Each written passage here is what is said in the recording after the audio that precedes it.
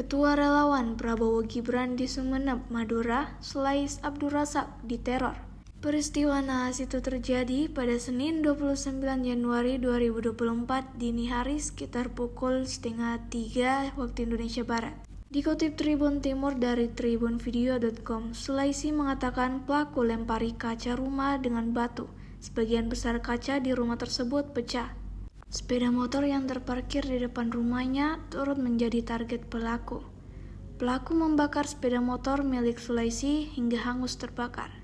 Untungnya kejadian itu tidak memakan korban. Mengetahui kejadian tersebut, polisi datang ke lokasi kejadian dan lakukan penyelidikan peristiwa tersebut. Sulaisi berharap kejadian ini secepatnya bisa diselidiki.